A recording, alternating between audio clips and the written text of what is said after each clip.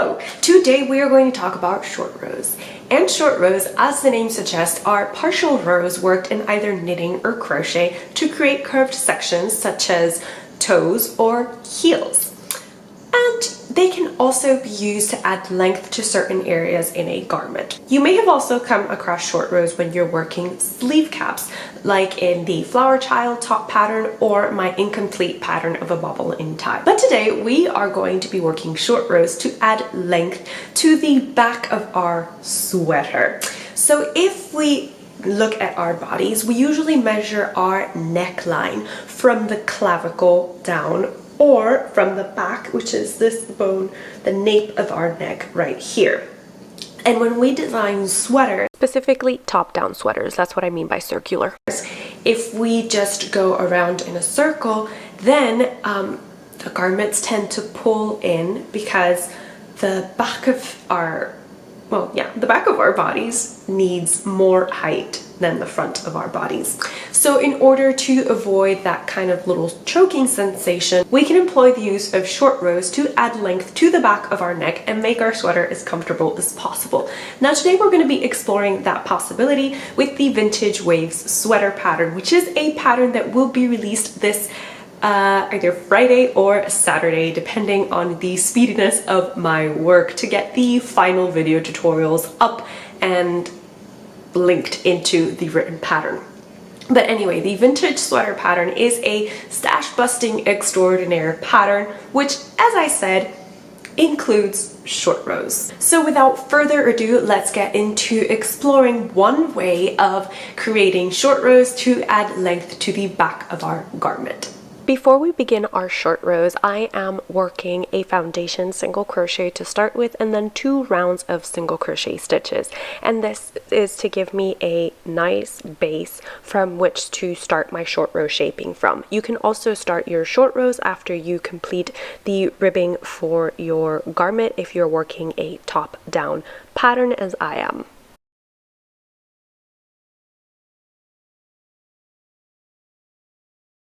Just finishing up the last few stitches of single crochet from the second single crochet round. And this is what we have of our yoke, or actually I should say neckline so far. Okay, so we have these 3 rounds of single crochet, or the foundation round, and then 2 rounds of single crochet. Now that we've done that, it's time to start working on our short rows. Okay, so short rows make the back of your garment taller than your front, which is especially useful when you want to avoid the choking hazard of a sweater. So here's the back of the sweater, and you can see the front. Our back, like I said, is taller than the front. This is also very true of our bodies. Our neck is in the back is much higher than the neck in the front. So usually the neck in the front, we kind of measure it from the clavicle. Okay, so short rows, which we're going to start now, I highly recommend that you use a stitch marker to mark the beginning of the round or beginning of the short rows. Now, the short rows technically have 2 parts to them. So the first, we're going to crochet in to the left, and then we come back across to the right, crochet to the right, and then crochet to the left again. Stop at the marker, and then we kind of start that round again, because remember, the idea of the short rows is that we're building up the back, but we're also trying to connect it to the front of our work. Okay, so now we're just gonna follow along with the pattern, and all the sizes are doing the same short rows, so you don't need to worry about that. The first set of instructions tells us to single crochet 19. So that is what we're doing. Replacing the marker in that first stitch. So this is 1,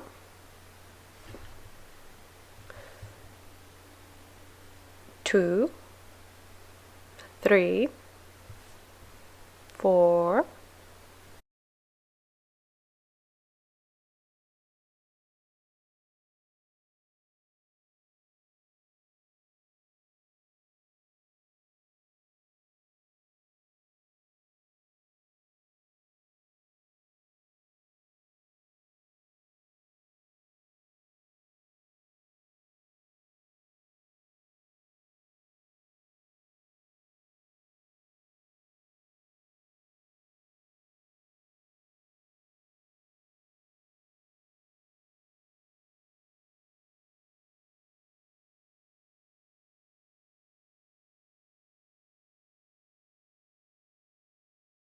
This here is 19 single crochets. I'm going to count just to make sure that it is indeed. Okay, let's start again. I lost myself. Right, okay.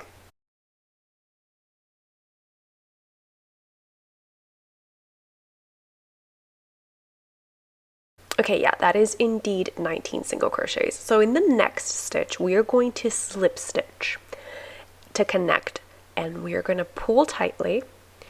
Next, we are just going to turn. Now here you can chain one and turn to see your stitch more clearly, or you can just turn without chaining one, because that will make a smaller gap that you need to fill when you're coming back around and working over these stitches. Now the instructions say to single crochet to marker,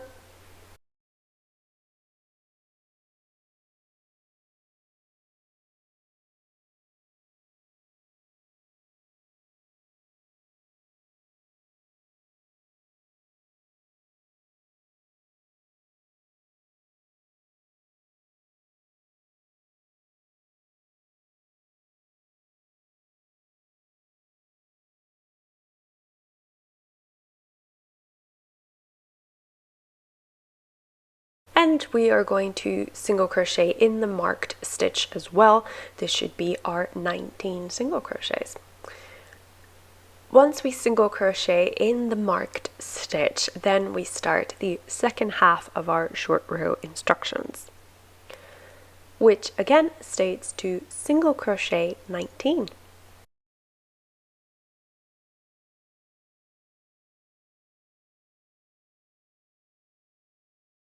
And now we single crochet 19 again.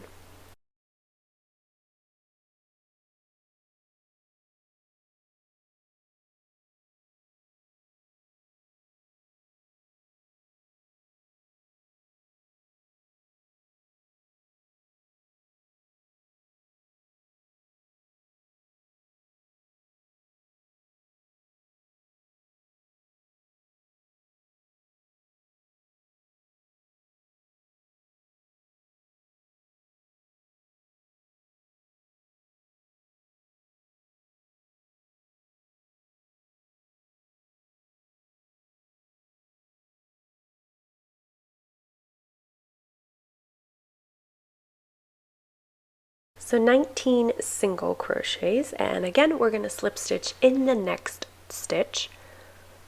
You can chain one and turn, or to have a cleaner turn, you can just turn without chaining one. And now we are going to single crochet to marker. And this will complete the first set of short row instructions.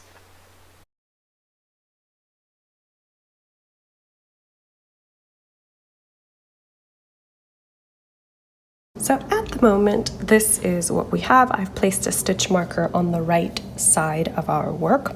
And now we're ready to begin the second set of short row instructions. And these indicate that we're going to single crochet in the marked stitch. And then we're going to do 23 single crochets. Okay, so single crochet in the marked stitch, replace the marker. And then we're going to do 23 single crochets. So this is 1, 2, 3, 4, 5, 6, 7. Okay, and we are going to come upon the stitch. Okay, so if you look here, you can turn your work this way. We can see that this was the first single crochet, and this is the stitch we had slipped into. Okay, so we are going to work a single crochet into the single crochet, and then we're going to work a single crochet in the stitch we had slipped into. So that's 19, right? 20, 21, 22, and 23 stitches. Okay, remember we should have a total of 24 because the single crochet that is marked counts as the first stitch. We just did 23 more. Okay, and now we're going to slip stitch in the next stitch and pull that tightly, and then we're going to turn. And we are going to single crochet to marker. Okay, so that's 1, 2, 3, 4, 5, 6. Then we're going to remove the stitch marker, single crochet in marker.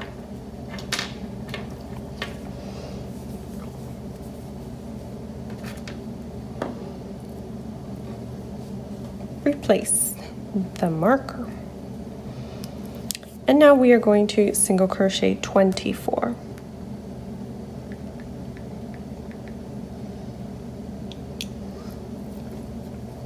Okay, so 1.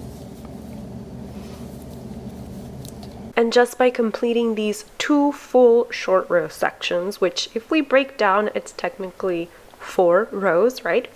You can already see how the back of the neckline is already gaining height when we compare it to the front of our neckline. And that is what we want, because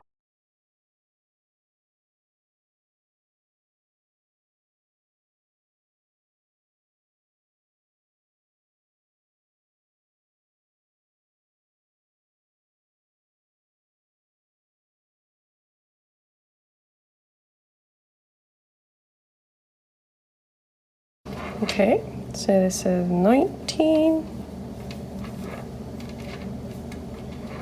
That's the stitch we had slipped into. That'll be 20. 21, 22, 23, and 24. Okay, and then we are going to slip stitch in the next stitch, pull that tightly. So before we turn, let's just look at what we have. Okay, so we see here which stitches we had slipped into because they kind of form like a little staircase, right? And you can see how the back, we're building it, is already taller than the front. That's what you want when you do short rows. Okay, so to complete this short row instruction, we're just going to turn and single crochet to marker.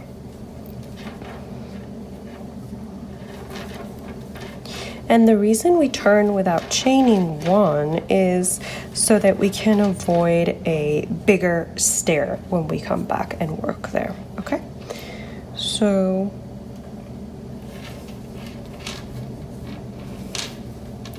just keep going till we reach the marker, and then we can move on to the third and final short row instruction.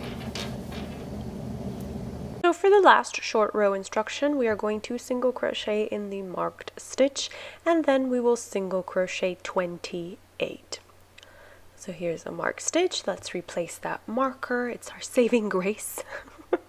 And now we're going to single crochet 28.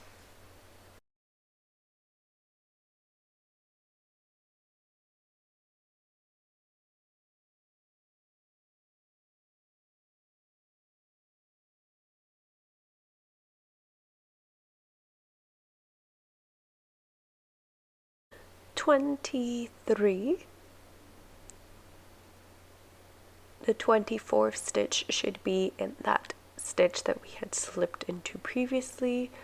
Then it's 25, 26, 27, and 28.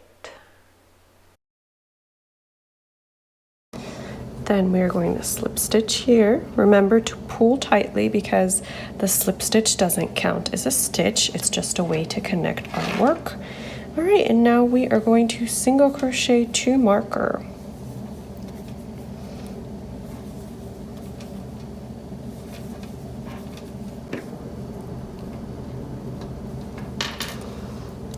single crochet in marked stitch, replace marker, and now we're going to single crochet 29. So working short rows in crochet differs a little bit from knitting because we know that crochet stitches look different in the round than when you crochet them flat. So that's why I chose single crochets to work short rows, because it is one of the smallest stitches, right? The other one being a slip stitch.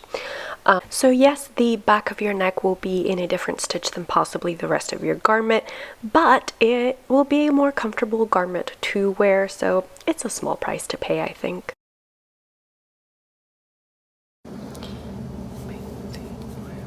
Okay, 29, and then we are going to slip stitch in this stitch, pull tightly, and turn. Right, so this marks the end of our short rows, but now we have to make our way back to the beginning, okay? So, single crochet 2 marker. We end our short rows in the mid-back marker so that we are all set up to continue working our pattern in the round. This is the end of today's video. I hope that it helped you build your confidence so you yourself can try adding short rows to any garment that you wish. Remember that this sample was made using the vintage sweater pattern as a starting point, and the pattern does come out this weekend, so keep your eyes peeled. Sign up for my newsletter if you wish, and yeah, I can't wait to see you again in another video.